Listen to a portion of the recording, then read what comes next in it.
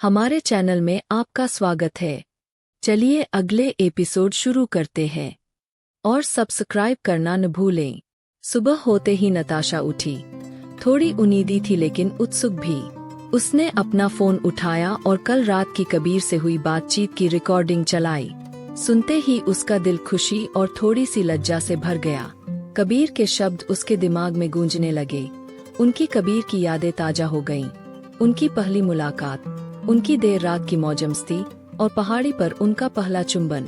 वह फिर से उससे मिलने का इंतजार नहीं कर सकती थी। इसी बीच कबीर ने अपने हॉस्टल से उसे टेक्स्ट किया, मैं कॉलेज के लिए देर से आऊंगा, मेरा इंतजार मत करना। नताशा उसका मतलब समझ गई और आर्यन को लेने का फैसला किया। जैसे ही वे कॉलेज की तरफ गाड़ी चला रहे थे, नताशा को लगा कि आर्यन के साथ कुछ गड़बड़ है। क्या हो रहा है आर्यन? उसने पूछा। कुछ नहीं, उसने संक्षिप्त जवाब दिया। तुम इन दिनों अजीब व्यवहार कर रहे हो, क्या कोई लड़की है? नताशा ने टोह ली। आर्यन ने स्वीकार करने से पहले संकोच किया। मेरा मतलब है, नहीं, सच में, तुम मुझे नहीं बताओगे, यह उचित नहीं है। नताशा ने जोर दिया।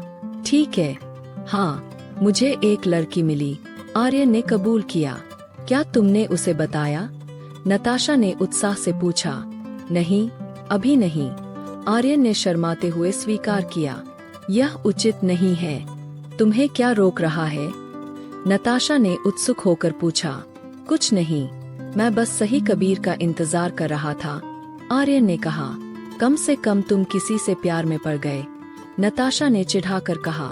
हाँ, हुआ था, लेकिन मुझे यकीन नहीं है कि वह कैसा महसूस करती है, आर्यन ने कबूल किया।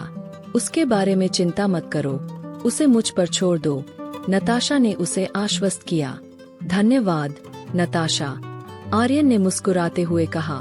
ओह, अब तुम धन्यवाद कह रहे हो, क्या तुम हमारी दोस्ती भूल गए? नताशा ने मजाकिया लहजे में फटकारा। नहीं, कभी नहीं, आर्यन ने ईमानदारी से जवाब दिया। ठीक है, चलो कॉलेज चलते हैं, मुझे दिखाओ वह कौन है, नताशा ने जोर दिया। ठीक है चले, आर्यन सहमत हो गया, हालांकि थोड़ा शर्मिंदा भी था। इधर कबीर अज्ञात लड़के के बारे में सोचने में व्यस्त था। उसे उम्मीद थी कि वह लड़का उसके जाल में फंस जाएगा। कबीर देर से कॉलेज पहुंचा, पहली क्लास मिस कर गया। वह निराश होकर सोनल के बगल में बैठ गया। क्या हुआ, तुम इतने उदास क्यों दिख रहे हो? सोनल ने पूछा। तुम जानती हो यह नताशा के बारे में है, कबीर ने अपनी योजना को ध्यान में रखते हुए कहा, जबकि अज्ञात लड़के के किसी भी संकेत के लिए सतर्क रहा। वह अज्ञात लड़का वास्तव में कबीर का पीछा कर रहा था, हालांकि कबीर को अभी तक इसकी जानकारी नहीं थी। कबीर जहां भी जाता था, नताशा हमेशा पास ही रहती थी। कबीर अपनी योजना को पूरी तरह से अंजाम देने के लिए दृढ़ था। नताशा के साथ क्या हो रहा है? सोनल ने जोर दिया। मुझे नहीं पता, यह आप सभी की वजह से हो सकता है, कबीर ने जवाब दिया। सोनल कुछ कहने लगी, लेकिन कबीर ने उसे टोक दिया। तुम एक और शब्द मत कहना। सोनल चुप हो गई और कक्षा के बाद कबीर भाग गया। सोनल की पुकार को नजरअंदाज कर दिया। गलियारे से चलते हुए उसने नताशा को आते देखा। नताशा ने गुस्से का नाटक किया, आंखों से संपर्क टाला, जबकि कबीर उसे भारी मन से देखता रहा। नताशा उनकी स्थिति को लेकर बहुत बुरा महसूस कर रही थी। उन्होंने अपनी सारी समस्याओं का समाधान कर लिया था, लेकिन कबीर किसी और चीज को उन्हें परेशान नहीं करने देने के लिए दृढ़ था। कबीर वापस अपने हॉस्टल की ओर चल पड़ा। उसके पीछे सोनल थी। नताशा अज्ञात लड़के को खोजने की कोशिश में उसे फोन किया। तुम कहाँ हो? उसने पूछा। मैं हमेशा यही रहता हूँ, तुम मेरे बारे में जानने के लिए इतनी जल्दी में क्यों हो? अज्ञात लड़के ने जवाब दिया। मुझे क्यों नहीं होना चाहिए? नताशा ने पलटवार किया। मैं जल्द ही तुमसे मिलूंगा, बस थोड़े और कबीरों के बाद, उसने वादा किया। मैं तुम्हें देखने के लिए मर रही हूँ, नताशा ने कहा। थोड़ा इंतजार करो, अलविदा। अज्ञात लड़के ने अचानक फोन काट दिया। नताशा बेचैन होकर आर्यन के साथ घर जाने का फैसला किया। आर्यन को छोड़ने के बाद उसने कबीर के बारे में सोचा। सोनल वापस अपने हॉस्टल में कबीर के व्यवहार से परेशान थी और उसने उसे फोन किया। क्या हुआ कबीर? सोनल ने पूछा। कुछ नहीं, कबीर ने संक्षिप्त जवाब दिया।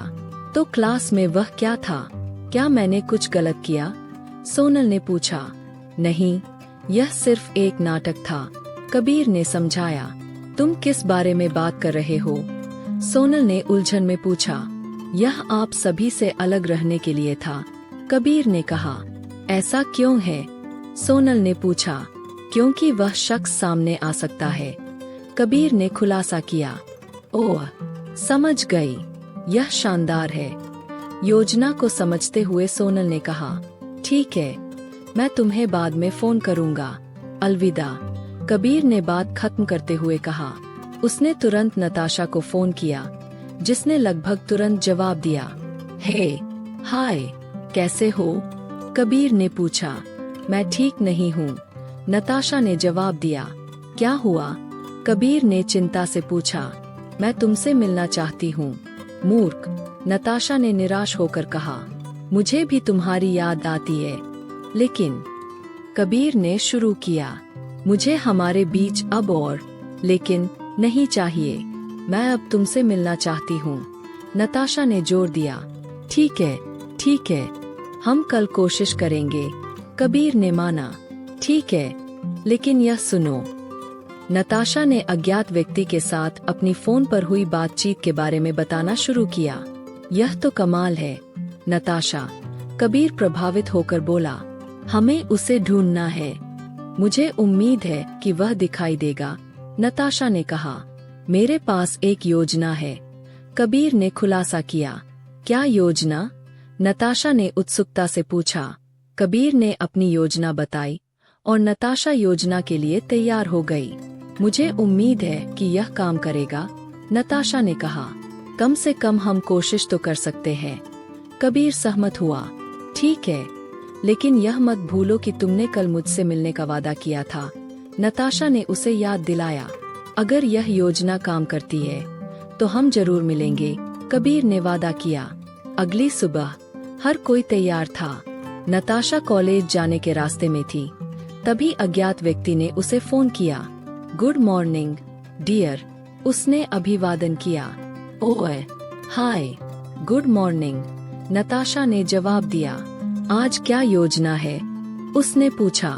कुछ नहीं, बस तुम्हारे बारे में जानने के लिए उत्सुक हूँ, नताशा ने कहा। ठीक है, मैं तुम्हें आज कुछ दूंगा, उसने दिया। नहीं, मैं तुम्हें आज कुछ दूंगी, आपको बस इसे लेना है, नताशा ने मुकाबला किया। वह क्या है? उसने पूछा। तुम्हारी तरह ही, मैं इसे अपनी गाड़ी में छोड़ दूंगी और तुम्हें इसे खुद ही लेना होगा, नताशा ने निर्देश दिया। ठीक है, तो मैं इंतजार कर रहा हूँ, अज्ञात लड़का सहमत हो गया। नताशा ने आर्यन को उठाया और उसे योजना के बारे में बताया। मैं उस पर नजर रखूंगा, आर्यन ने उसे आश्वासन दिया। धन्यवाद आर्यन, नताशा ने कहा। अरे अब तुम भी, आर्यन ने जवाब दिया। ठीक है, मुझे माफ करना, नताशा हंसते हुए बोली। वे कॉलेज पहुँचे। आर्यन अपने अन्य दोस्तों के साथ शामिल हो गया, जबकि नताशा कबीर का इंतजार करते हुए अपनी क्लास में चली गई। कबीर ने उसे टेक्स्ट किया, यह संकेत देते हुए कि योजना चालू है। सब कुछ तैयार था। नताशा ने कबीर को यह बताने के लिए टेक्स्ट किया कि वह तैयार है। योजना आधिकारिक तौर पर शुरू हो चुकी थी। सूरज की हल्की रोशनी के नीचे नताशा और आर्यन अपने गुप्त मिशन पर निकल पड़े, धोखे के जटिल नाटक में अपनी अपनी भूमिका निभाते हुए। रहस्य में डूबा हुआ आर्यन खुद को परछाइयों में छिपाता रहा, उसकी इंद्रियां जरा सी हरकत को सुनने के लिए तैयार थीं।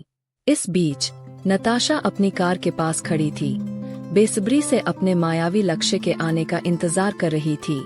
जैसे जैसे मिनटें अनंत काल में खींचती गईं, कबीर उनके खिलाफ साजिश रचता हुआ लग रहा था। हर गुजरता सेकंड उम्मीदों से भरा हुआ था।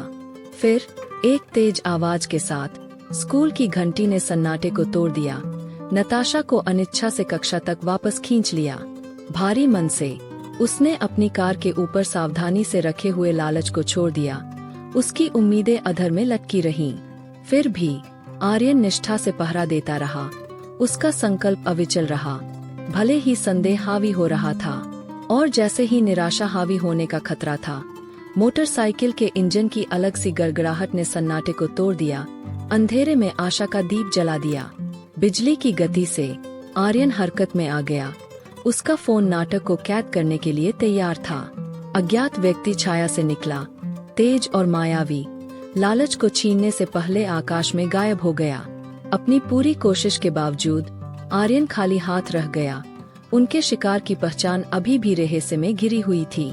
कक्षा में वापस आर्यन को देर से आने के लिए शिक्षक के कोप का सामना करना पड़ा, लेकिन उसका दिमाग कहीं और था। जो कुछ हुआ था उससे घिरा हुआ था। जैसे ही वह नताशा से मिला, उन्होंने फुसफुसाते हुए बातें की। उनके दिमाग सवालों और संभावनाओं से भरे हुए थे। नताशा की जिज्ञासा तेज हो गई क्योंकि उसने आर्यन पर सवालों की बौछार कर दी। उसकी उत्सुकता साफ झलकती थी, लेकिन आर्यन ने उसे अपने उत्साह को कम करने का आग्रह किया। उसके अपने विचार अनिश्चितता से भरे हुए थे। यह वही था। उस पल में आर्यन ने समझाया। उसके शब्द नताशा के बेचैन दिमाग के लिए मरहम थे, लेकिन सच्चाई मायावी बनी रही। उनका शिकार रेत के दानों की तरह उनकी उंगलियों से फिसल गया। फिर भी आर्यन के आश्वासन ने आशा की एक किरण जगाई। अंधेरे में एक सहारा। दृढ़ निश्चय भरी आंखों के साथ नताशा ने आगे बढ़ने का फैसला किया। उसका संकल्प अडिग रहा, और जैसे ही वह कबीर से मिलने के लिए निकली, उनकी कहानी का अगला अध्याय सामने आने लगा। हर मोड़ और हर करवट उन्हें सच्चाई के करीब ला रहा था और एक दूसरे के करीब ला रहा था। लेकिन नताशा को कम ही पता था, जैसे वह स्टोर रूम के दरवाजे के पास खड़ी होकर इंतजार कर रही थी, कि सायों में उससे कहीं ज्यादा भयानक रहस्य छिपे थे, जितना वह कभी सोच भी नहीं सकती थी। वे बात करना बंद कर दिया। नताशा कक्षाएं खत्म होने का इंतजार कर रही थी। आखिरकार सभी कक्षाएं खत्म होने के बाद उसने आर्यन पर सवालों की बौछार कर दी। कैसा था वह? कैसा दिखता है? आपने उसे देखा या नहीं? आर्यन ने जवाब दिया। पहले तो सांस लो, नताशा ने जोर देकर कहा। मुझे बताओ, आर्यन ने समझाया। मुझे नहीं पता था कि वह कैसा दिखता है, नताशा ने पूछा। तो तुम वहाँ खड़े होकर क्या कर रहे थे? आर्यन ने जवाब दिया। वह अपनी बाइक पर था, हेलमेट पहने हुए था।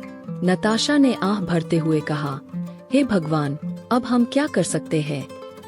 आर्यन ने आश्वासन दिया, मेरे फोन में अभी भी उसकी रिकॉर्डिंग है। नताशा ने सोचा, लेकिन वह अपना चेहरा नहीं दिखा रहा था। आर्यन ने सुझाव दिया, लेकिन हम उसे उसकी बाइक नंबर से ट्रैक कर सकते हैं। नताशा सहमत हुई।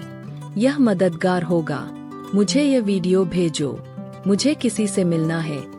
मैं तुम्हें कुछ मिनटों में मिलती हूँ। आर्यन ने सिर हिलाया। ठीक है। और फिर नताशा वहाँ से चली गई। कबीर और नताशा ने उस दिन कॉलेज में मिलने का फैसला किया था। वह स्टोर रूम के सामने कबीर का इंतजार कर रही थी।